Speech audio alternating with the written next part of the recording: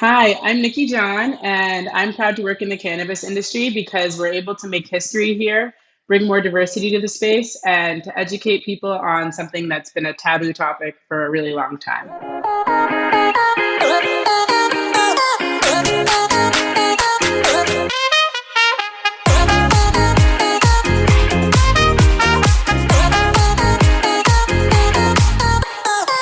Hey, everybody, and welcome to the Proud to Work in Cannabis podcast. I'm your host, Karson, the founder of Vangst, and today I'm so excited because we have a very special guest. We have Nikki John joining us today.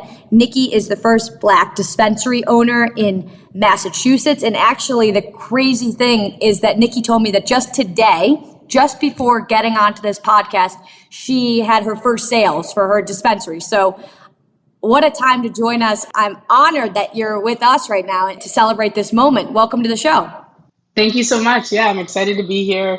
It's been a long process, so it's nice to share the story and also connect with you since I followed your career as well. So this is really cool. This is great. Well, let's jump into it. Nikki, tell us about yourself and your background pre going into the cannabis industry. Yeah, so before this, I was in real estate. So I've been in real estate in Boston for 10 years, and I do residential rentals and sales. And I had been in conversations with my mom about joining this industry. And I bring my mom up because without her, I probably would not have joined. One of those things where I had smoked weed, but I wasn't like the person you go to say, like, did you bring anything to the party?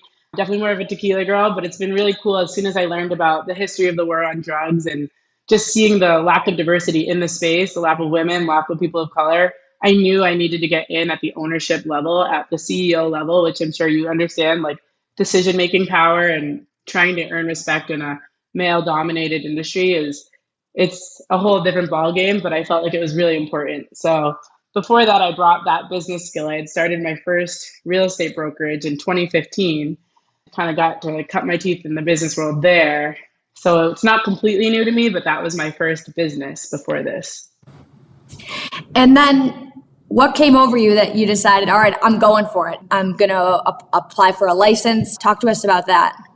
Yeah, so as soon as I started to look at different opportunities, there was the equity program. Massachusetts, the Cannabis Control Commission had a social equity program, and they had a few different tracks. They had like an ancillary track for people who wanted to do things outside of the space, but if you wanted to be plant touching, they had entrepreneurship, things like opening your own shop, cultivation, delivery licenses. And I realized I wanted to be able to sell something. I didn't really think so much about brand creation, which is kind of where I'm hoping to move to, but just to get like boots on the ground, own a shop. I was looking at who owned these shops. And I said, why not me? Why not be the person that if anybody else, any other women of color see me, they can say, I can do this too. I definitely thought it was going to be easier than it was. And yeah, after the first couple of years, I realized it was not a cakewalk. Yeah, so talk to us about how the process went. You decided that you were going to apply for the equity program. You decided that you wanted to open a retail store. What does that process look like from being in your head as an idea to actually getting started? Yeah, so the entire idea for the business, I wrote down in one night. My mom suggested I wrote it down. I was like, okay, so we need to talk about this being more of like a flight club than just a shop, focus on education. Our bud tenders are called flight attendants because they help you safely get on and off of your flight, but they still serve snacks and champagne. And we wanted to make sure that we keep the fun part in there. And I thought through all of the fun aspects of the business, even down to a name before I had a license, which is nice to keep hope alive. Not the most important thing, but nice for hope. And then when you get to the city and the state level, you realize that you're about to start an obstacle course. So the state has about a 10-step list of what's required to open a shop. The city of Boston has a 7-step list. I've calculated over 1,000 steps. I use Asana to track my project management, and there's been over 1,000 little steps required to get to where I am now. But the first thing is finding a building, finding a landlord who wants to work with you, securing a lease and being able to pay for it if that's required, working with the community, and then you apply with the city and the state more formally and create your SOPs, which are your standard operating procedures. And then it's more of a waiting game from there. So that's the high level overview. So if you do break it down to those 10 and 7 steps, it seems a lot more simple, but it's a very complicated, political, costly process. What was the timeline of this from when you started the process to today, your first sale that happened? Yeah, so I think we're a little over 1,500 days. It was June 6th of 2019 when I applied for the social equity program. And I founded the business in August of 2019. And we're opening our doors today, September 6th. So, and one really big milestone was the provisional license from the state, which we got last September. So it took about a year from provisional licensure to open to the public. So it's been a long 3-year haul, but we made it. Not to mention a pandemic. Talk to us about how the pandemic impacted the process. Definitely. So it's a new industry and it's new to Massachusetts, new to Boston. So they were just ramping up their entire process as the city itself was kind of shutting down. So being able to move things onto Zoom, as every business, like a lot of people know, like nobody knew how to turn on Zoom, turn on their cameras, let alone have community meetings on Zoom. So a lot of that was a shift that everyone had to make, which took some time, and getting like dates on the books and making sure the community heard about what was going on. You want to make sure that you're reaching out to people and that they don't feel like you're trying to like skirt the system. So you had to give notice and help those people get online to hear our story and what we think we could bring to this town of Charlestown and the city of Boston. So that was a really different part of the process. And then just the slow part of people not being in their office, that just slows down paperwork.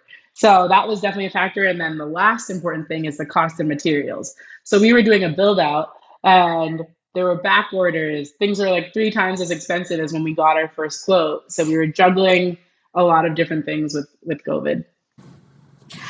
Talk to us about fundraising and funding and how that process was, right? Everything that you're just describing of building out the store and hiring, legal fees, all those things are capital intensive.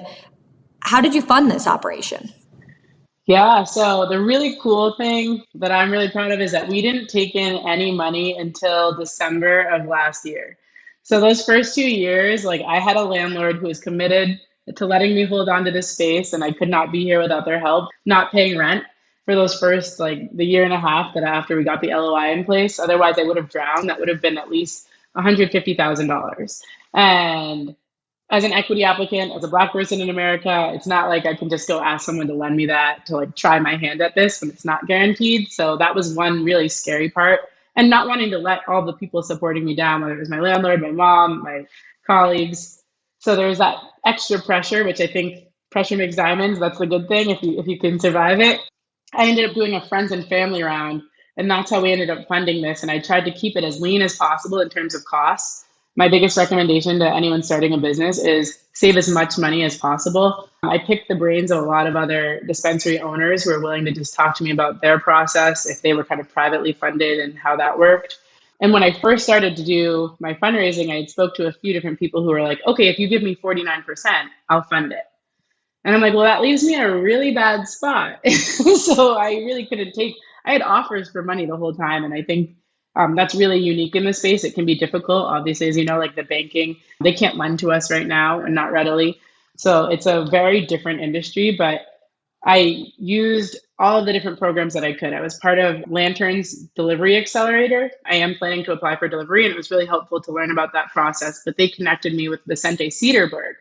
And Vicente, who I know you just interviewed, one of the founders and partners there, they've been a huge help in licensing. It's like a daunting process. Even though I went to school for finance, I feel like I understand how to run a business. You need a lawyer. You need a lawyer, even if you don't want to. Unfortunately, you need one. And they work really well with social equity programs. They have low bono and pro bono options. So I was able to save a lot of money, and I was able to do the entire project on about a third of what people told me it would cost. So that was really important. And it really sounds to me like you're just relentless. So if someone tells you no, you're going to find another answer. If someone says it's going to cost this much, you're going to figure out a way to do it at a third of the cost, which is really what entrepreneurship is all about. And it's so inspiring to hear the story. And I can't wait for so many other people to be tuning and listening, because a lot of times when people think about starting a cannabis business and they see the 1,000 step list, they think it's too much. What motivated you to keep going over these last 1,500 days through a pandemic when all the odds were against you to get to today, your first sale? Definitely, yeah. So I asked myself that same question because I was like, what am I doing here? If you had asked me last week, I told one of my co-founders, I told them, I was like, I want to quit. I was like, let's sell it. I was like, I did my best. And it's crazy being 1 week from the open. And when you want to quit, that means you're really, really close. So just don't give up. Do not do what I was thinking about doing. But I think that's why I talk about my mom in this a lot is I'm a mama's girl. Like when my mom tells me to do something, I'm going to do it. So finding accountability partners, my landlord helped me out. So I was like, I told them I was going to get it done. I got to get it done. And like all of these tiny little ways to like find a new like way to push. And one of the things that would always kind of move me the most is when I would see other Black people who are interested in joining this space and they would find out that I was the owner of the business. I could see it on their face, like this, how proud they were for me. It would always bring me to tears. I was like, this is what I wake up for. So if you can know what it is that like gets you up in the morning, just don't give that up and you could survive. I could do one more year. After that, I'd have to reevaluate. Well, we'll have to have you back on the show in a year to see how year one went. Switching gears a little bit to actually getting ready to operate and getting ready to open the store. So once you got the LOI in place, you did a small friends and family round, you're now getting ready for opening day. How did you go about finding the staff? How did you go about figuring out what products that you wanted on the shelf? Just talk to us a little bit about like operationally getting ready to go. Yeah, that was definitely scary because now you have to put everything that you knew you didn't know into action. So there was a lot of picking brains. Like I would text other people and be like, hey, how do I find a GM? And I was actually really fortunate. One of my family friends has been in retail for 10 years. And retail is different than just starting a business. Retail is a really difficult business, the restaurant industry, these kind of industries, from a staffing standpoint, reliable staff. A lot of the theft that happens in cannabis is internal, right? So having SOPs and hiring the right people that you can trust. The CCC has an entire grid on who's eligible to work in this space. And then there's those hoops. So that part, the hiring part was just one portion of learning to trust and let go and to delegate as a manager, which is very new and different. But then there's the side of who are we going to sell? What products do we want to sell? And we've made an effort to decide that we want to have 25 to 30% of our products be mission driven, meaning they're either diversely owned or they give back to something with a mission.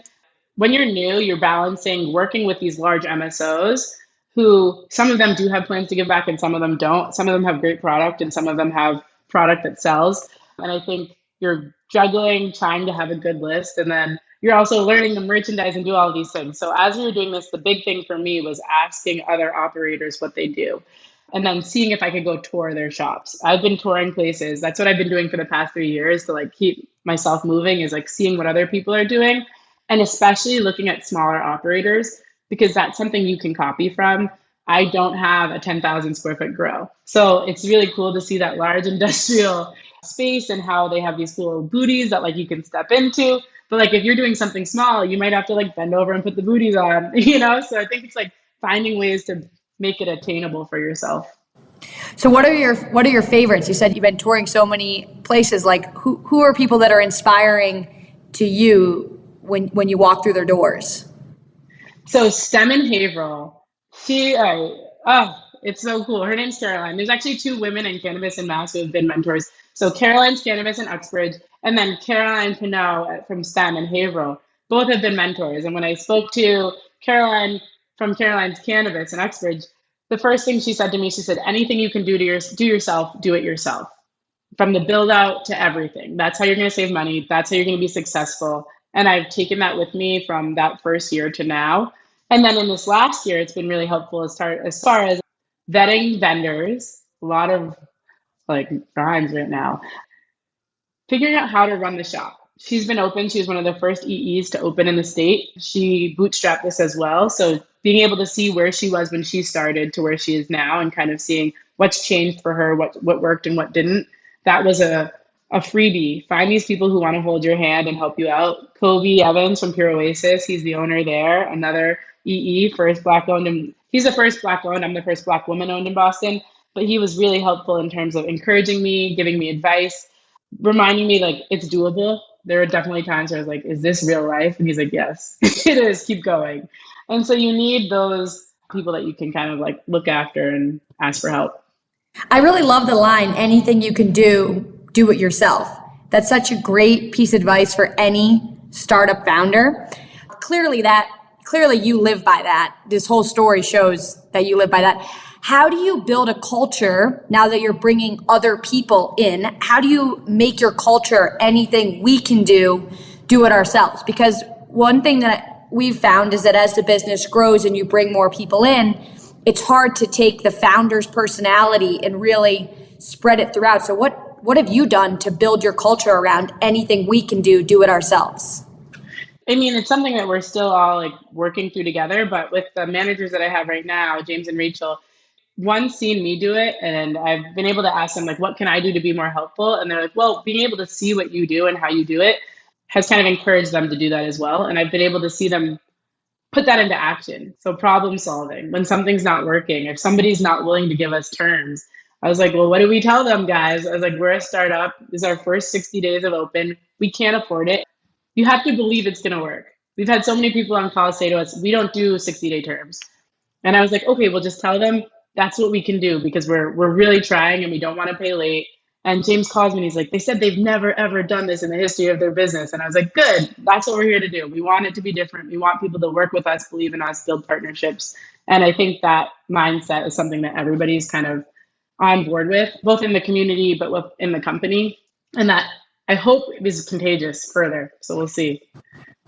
It's contagious just listening to it. So I really liked what you said around how your employees have seen this is how you act and these are your values, and then they follow. So I think that's a really great tip for other entrepreneurs. You're the culture, right? And so people are going to follow how you act. So another question I have for you on a personal note, it sounds like this is your first time being a founder, business owner. What kind of personal obstacles have you had to overcome in this all-consuming role that you've now quickly found yourself in? It's a scary situation to be in where like other people are really counting on you. So before this, like I did open the real estate brokerage, but it's all commission based. I've never had like a consistent like paycheck type job and not long term. So it's very different. And when I was trying to figure out how to create what benefits we would have, I've never had benefits. So I was like, how do I be the boss that I want to work for? When you don't have a lot of experience, it's just asking a lot of people, being able to take feedback. Like it's so humbling when other people can give you feedback about something you don't know. And like even from a diversity standpoint, like I'm Black, but like I don't know everything about what the workplace is like for someone who's trans, LGBTQ community members, women in business. If you're like an immigrant, my dad's an immigrant, but it's like different like in this space when you're like applying for the job and you're like, okay, I have like, do I have a green card? Like all the things that we can learn about how do we include other people. Obviously, like my focus is definitely around people affected by the war on drugs, but I want to be inclusive outside of just what I see as an issue. I think that's the best way to be a good manager is to listen and learn.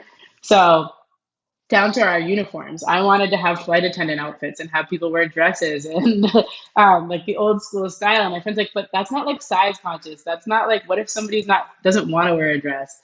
And I was like, okay, fair, and how do you pivot and how do you be open to other people's ideas? And it's not that you're wrong, but how do you, or sometimes you are, but how do you incorporate that? So I think that's going to be a long process of learning, but it's really cool to have people who aren't afraid to speak up around you. And those are the people you want to hire and promote. I want to hear a little bit more about the flight attender concept and where that came from and how on day one it's going and how customers are responding to it. I've not seen anything like that. Yeah, so our place doesn't even look like an airport. I really wanted it to be like a retro airport. It's more of a speakeasy vibe still, just to like honor the prohibition aspect of cannabis and legalization here. Because Massachusetts, a side note, but Massachusetts was the first state to ban cannabis. So our store number is 1911 because that was the year that they banned it. So I thought that was really cool. But all the little things, so the flight attendants, that's what we're calling our sales staff, which everywhere else would be called bud tenders. And the focus is on education and making sure people have a safe flight. And that hopefully as we're able to add loyalty programs that you can join our flyer program, our Mile High Club, and have that kind of full immersion into how great cannabis can be. And then we also have tiers of products. So we have like our business class, we have our first class, and then we have our Mile High, which is like really special things that we may not have all of the time, but that we wanted to carry and showcase to people. So it's really cool to like bring that theme and kind of move away from the bud tender idea, it's not that it's bad. I definitely go to bars, but I think bartenders serve me shots and like it's just so different. So we wanted to bring that. And so far people have found it really fun and inviting. We wanted it to be inviting. You don't have to know everything about cannabis. You can ask a question and it's okay if you're new. Like my favorite way to explain it is I'm the CEO of a cannabis company and I can't roll a joint. So if I can be in this and I can still find edibles that I like, vapes that I like there's something for everyone. And that's the idea. And so far, I think it's going well. It's only been an hour. It's only been an hour, but I can't wait to come. And we talk to so many people who are trying to do something different and move away from bud tenders and be more educational focused. But I haven't seen anyone come up with something as creative as this. And I absolutely love the business class, first class, all the different kinds of products you can sell. I mean, people are probably going to try to be getting their products onto your business class shelves. So I just think it's like a super, super cool and unique way to differentiate yourselves. So we're wrapping up on time, but I still have two more questions. So the first one is just any major pieces of advice you would give to people out there. You've given so much great advice, but any final advice to someone that's listening that's saying, I want to go for it. I want to go through those 1,000 steps. I know it's going to be a long road. Any final pieces of advice for people aspiring to be an entrepreneur like you? Yeah, so I would say the two things, well, no, three, what Caroline said, anything you can do yourself, do it yourself. But my things that I would add to that is go where you know people. This is because it's political, it's a lot easier to be in a community with friends, with family, and people who can come out and support you. If you're opening a business, a lot of times there are stores that open, you don't know who the owner is, but when people need to get to know you, who better than to tell people who you are than your family, your friends, and people you've met along the way who support what you're doing. And that gives you something that makes it real. You're not just a person on a Zoom screen to them anymore, and they can hear like how you've touched other people's lives. That was huge for me in terms of community outreach. And then the last thing is believe, don't give up, write it down on a piece of paper and store that piece of paper, put a date on it, put an amount of money on it, store it, don't forget it. And then whenever you're in doubt, look at it. That's like my like secret little thing that I do is I have a vision board and I write myself like affirmations about what I believe will happen. And then it happens. So I love it. I love that advice. And our sales team just read this book very similar to what you're describing about believing, right? It's like, I'm hitting this target and nothing can get into your way. So I am a huge believer in that philosophy. I think belief is the most important thing, and it's more important than skills, which maybe some people would say is crazy. But okay, and my last question is, how do people find your dispensary, right? I think people listening, hopefully if they're in Massachusetts or Boston right now, they should be driving your way to get on the plane. So where can they find you? Yes, please. All right, so we're located in Charlestown. Our name is the Heritage Club. You can follow us at Heritage Club THC on Instagram or go to our website, which is heritageclubthc.com. And you can place an online order or come in and talk to one of the flight attendants. So yeah, hope you see you soon. Hope to see you soon. Well, thank you so much, Nikki, for coming onto the show today. I'll be in Boston next month. We have to hang out. Let's do some kind of women in cannabis Boston event next month. If you're listening and you want to come, drop us a line. Nikki and I will be there. So Nikki, thanks again for joining us today. Thank you.